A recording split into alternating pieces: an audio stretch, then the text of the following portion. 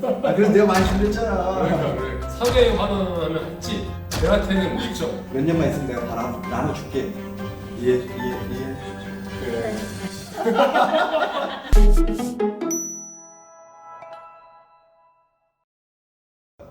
안녕하세요.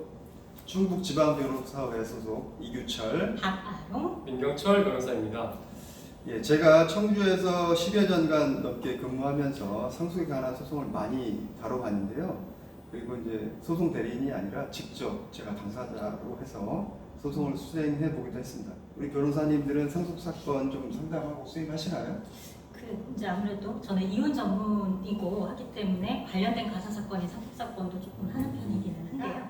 실제 대법원의 통계에 따르면 2020년 상속 사건이 무려 4만 건이 넘는다고 하는데요. 그 4만 건 중 대부분이 아주 압도적으로 상속재산 분할 심판 청구 그리고 유류분 반환 소송이라고 합니다. 임 변호사님, 이렇게 상속 분쟁이 많아진 이유가 뭐라고 생각하세요? 네, 그 상속 분쟁이 늘어나게 된 이유는 결국엔 이게 상속 실패라는 것에서 기인했을 것 같아요. 최근 뉴스에서 보면 상속 문제로 50대 남성이 자신의 친누나를 흉기로 찔러 살해한 사건도 있었습니다. 상속 분쟁이라는 것은 상속에 관한 착각이나 상속 재산에 대한 욕심이 가장 큰 원인이라고 할 것입니다. 오늘은처럼 흔하게 일어나는 상속이지만 일생을 살면서 상속 분쟁이 일어나는 경우는 그리 많지 않기 때문에 현명하게 상속하기 위해서 어떤 준비를 해야 하는지 알아보도록 하겠습니다. 네, 기본적인 상속 개념으로 먼저 상속인은 상속을 받는 사람을 말하는 것이고요. 피상속인은 이제 사망해서 상속을 이제 해주게 되는 사람을 말하는 것이죠. 통상 부모 자식 관계에서 돌아가신 아버지는 피상속인이 되겠고, 딸과 아들, 배우자가 있다면 배우자, 이렇게 상속인이 되겠습니다. 상속에 관해서 이제 저희가 조금 오해하거나 착각하고 있는 것들이 있을 수 있는데요. 첫 번째로 상속 미리 준비할 필요 있어, 이제 이렇게 생각하시는 경우들이 있으세요. 네. 어떻습니까?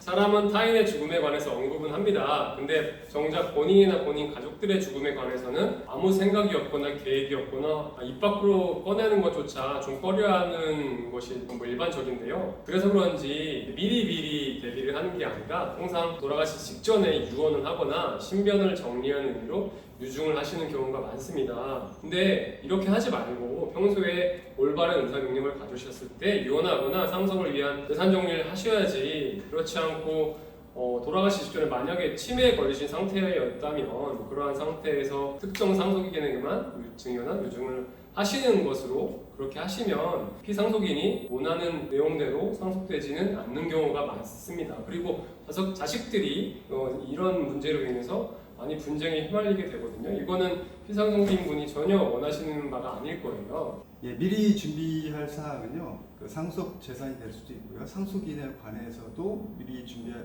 필요가 있습니다. 예를 들면 자녀가 이제 빚을, 부모의 재산을 모르는 경우가 있어요. 이런 경우에는 미리 상속하기 전에 빚을 정리해서 이런 빚이 있다, 이렇게 알려줄 필요가 있고요. 돌아가신 분이 그 대여금에 관해서 이미 이제 공정증서를 작성한 경우라든지 건저당권을 설정했는데 그 대여금이 이미 변제를 했는데 그 공정증서나 건저당권에 대해서 아무런 조치를 취하지 않는 경우도 있어요. 그럼 이제 나중에 사망하시면 그 공정증서나 건저당에 대해서 어떻게 처리해야 될지, 그 은행으로 이체를 해서 변제를 했다고 하면 큰 문제는 없는데, 만약 현금을 주고 변제를 했다고 하면 이런 경우는 사실 또 증거가 남지 않거든요. 이런 경우에는 그런 경우를 대비해서 공정증서를 회수하는 조치라든지 근저당권을 말소하는 조치 등을 취할 필요가 있다. 또한 그 등기 등록하지 않는 재산이 또 있을 수 있어요. 예를 들면 종중에서 그 사망하신 분 앞으로 종중 재산을 명의신탁했다든지, 종중이 아니더라도 일반 명의신탁을 한 경우에 신탁자와 수탁자 관계에서 상속 재산을 미리 반환받거나 이런 절차를 할 필요가 있죠. 그리고 이제 또한 그 상속인이 될 자에 대해서 정의할 필요가 있는데요. 입양 같은 경우에 파양을 하지 않으면 나중에 이제 상속인이 되기 때문에, 만약 파양 사유가 있다고 하면 돌아가시기 전에 미리 파양 절차를 거칠 필요가 있고요. 그리고 혼인 신고가 잘못된 경우가 있어요. 이렇게 무효인 혼인관계가 있을 수 있는데, 그런 경우에도 혼인관계를 정리를 안 하면 나중에는 잘못하면 상속인이 될 수도 있기 때문에 그런 경우에는 혼인 무효 소송을 하시든지 해서 미리 상속인 정리할 필요가 있고요. 또한 그 혼외자 같은 경우에는 인지를 할 필요가 있고요. 그 친생자로 추정되지만 친생자 아닌 경우도 있어요. 뭐 친생 부인의 소라든지 뭐 부를 정하는 소라든지 뭐 이런 것이 있는데 이런 경우는 미리미리 정리를 해 놓으셔야지 사망 후에는 상속인들이 그런 사실을 정확히 알 수도 없고 안다고 하더라도 소송을 진행하기가 쉽지 않기 때문에 맞습니다. 이런 경우는 미리미리 준비를 할 필요가 있습니다. 준비할 게 진짜 많아요. 깔끔하게 정리하기 위해서는 원하는 대로 상속할 수 있기 위해서는 대표적인 두 번째 오해. 상속은 돈 좀 있는 사람들이나 하는 거지 나는 갑부도 아닌데 무슨 상속? 이렇게 하시는 분들이 계세요. 뭐 제가 요즘에 이제 서울로 교육을 받으러 다니는데 다른 변호사님들 많이 하시는 말씀이 변호사들도 이제 상속세를 내는 게 참 복받은 사람이다 뭐 그런 말을 하긴 해요. 상속세랑 별개로 상속이라는 건 적격 재산이 많건 적건 상속이 되는 거고요. 빚 같은 상속 빚이라고 하죠. 이 소극 재산도 상속이 됩니다. 그래서 돈이 많으면 어떻게 분배할 것인지 빚이 많으면 자녀들에게 상속으로 인해서 피해를 입히지 말아야지 이렇게 생각하는데 하여튼 돈이 많든 적든 그 누구도 상속과 관련해서는 자유로울 수는 없습니다. 그 제가 맡았던 그 상속 분쟁 사건이 있었는데요. 이제 불행하게도 그러니까 이제 자녀 중에 한 명이 그 아버지가 이제 치매 상태에서 자기도 이제 예전에 이미 이제 받은 재산이 있는데 더 많이 받기 위해서 치매에 걸리신 아버지를 뭐 이렇게 데리고 다니면서 그 상속이 아니면 이제 증여로 등기도 하고 은행에서 아버지 명의로 인출해서 자기가 가져다 쓰기도 하고 이런 경우도 있어요. 그렇기 때문에 이제 상속은 특히 이제 돈이 좀 있는 경우에 특정 상속인이 그 아버지나 어머니 재산을 노리고 미리 이제 증여받고 이제 뭐 예금도 인출하고 이런 경우가 많아요. 그렇기 때문에 돈이 좀 있을 때 있는 분들 이런 분들은 더 주의를 해야 될 필요가 있을 것 같아요. 이게 그러니까 내가 조금 아플 것 같다. 좀 있으면은 내가 의사 능력이 조금 부족해질 것 같다. 이런 생각이 드실 때에는 말씀하신 것처럼 사실 상담을 받고 미리 정리를 해놓으시고 유언이 필요하면 유언을 하고 생전 증여가 필요하면 생전 증여를 하시고 이렇게 하실 필요가 있는 것 같아요. 상속 분쟁의 꽤 많은 사건에서 말씀하신 것처럼 이렇게 말년에 많이 편찮아지신 부모님의 재산을 특정 상속인이 미리 옮겨놓는 경우들이 꽤 있기 때문에 네, 이 부분은 꼭 유의하셔야 되겠습니다. 근데 저도 보면은 참 안타까운 게 피상속인 분들이 그 젊은 나이 때부터 정말 힘들게 농사만 짓고 재산을 일구는 대로 다들 이제 부동산을 사신 거예요. 그래서 이제 뭐 청주나 서울에 있는 부동산을 모아서 마련하는 것을 가지고 이제 조금 작년 이후에 본인들이 원하시는 자식들에게 이제 증여를 하신 건데, 근데 이제 계속 나이가 드시고 그리고 이제 병환이 찾아오니까 줄어들잖아요, 재산이. 줄어드니까 이 부모님들을 대하는 자식들이 예전 같지가 않고 홀대하고 그리고 거의 무슨 돈을 맡겨놓은 사람처럼 이렇게 대하는 그런 것들 참 안타깝더라고요. 이게 비정사건이어가지고 비공개 심리이기 때문에 여기 변호사랑 이제 당사자들만 가는데 변호사들을 이제 때리려고 하시는 분들도 많더라고요. 상대방 은행이 네가 뭘 한다고 막 이렇게 욕하시면서 그런 경우가 많더라고요. 이게 사실 가족 간의 일이기 때문에 이제 심판까지 가지 않고 조정이 되었으면 싶은 사건들도 참 많은데 이게 가족 간에 서로 등을 돌리게 되니까 오히려 더 조정이 안 되더라고요. 그 상속할 재산이 없는 경우에도 그 나중에 이제 상속인들 상속 포기나 한정 승인을 위해서 미리 준비할 필요가 있고요. 네. 항상 돈이 있다고 하더라도 돈이 없다고 하더라도 항상 상속의 문제는 발생할 수 있습니다. 네. 조금 전에 말씀 주셨던 이제 두 분이 말씀 주셨던 사항이랑 좀 관련이 있는 세 번째 오해 보면 내 재산이니까 자녀 중에 내가 예뻐하는 아니면 나한테 특히 잘한 특정 자녀에게만 미리 재산을 준다거나 아니면 유언으로 다른 자녀들보다 더 많이 주겠다라고 할 때 뭐 내 마음인데 뭐 내 재산인데 뭐 이렇게 생각하실 수도 있겠지만 그렇지 않죠. 예, 뭐 이런 경우에 이런 뭐 특정 자녀에게 뭐 증여를 했다든지 유언했다든지 이런 사실을 다른 상속인인 자녀가 알게 된다고 하면 그 자녀가 가만히 있지는 않겠죠, 당연히. 뭐 재판까지 가는 경우는 이게 형평성을 고려했을 때 너무나 치우치거나 그 재산이 너무나 거대한 거예요. 그래서 그런 경우 그리고 그 형제들끼리도 만약에 돈독하지 않거나 아니면 그러면서 돈독해지지 이루어지지 않게 되는 경우가 많은데 그럴 경우에 많은 분쟁이 일어나는 거겠죠. 네.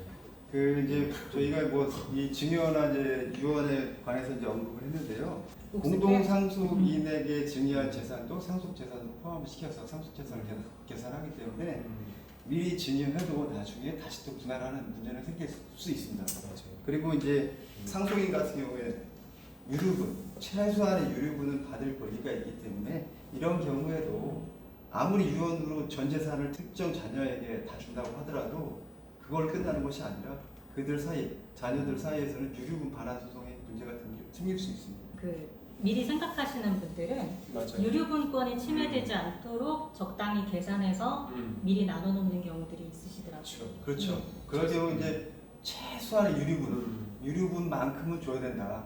그래야지 소송을 서로 안 한다. 이렇게 보시면 될 것 같습니다. 거기에 현명하신 것 같아요. 자식들이 안 싸우도록 부모님들이 잘 상속재산을 정리해 주시는 것이 정말 현명하신 것 같아요. 그렇죠. 네, 이제 네 번째 오해 볼까요? 내 자녀들은 착하고 능력도 좋고 나한테도 계속 잘했기 때문에 내가 사망해도 상속재산을 공평하게 나눠 가질 것이다. 그러니까 뭐 내가 굳이 그것까지 해도 될까, 해야 될까? 뭐 이렇게 생각하시는 경우가 많으신데 이 또한 오해가 될 수 있겠습니다. 이게 이제 저희가 계속 지금까지 해왔던 얘기긴 한데 사람마다 다르겠죠. 그리고 집안마다 다를 거고 그리고 재산의 뭐 다소에 따라 다를 건데 소송을 가는 사건들을 보면 물론 이제 감정이 안 좋은 사건들만 보게 되니까 이런 말씀을 드릴 수밖에 없을 것 같아요.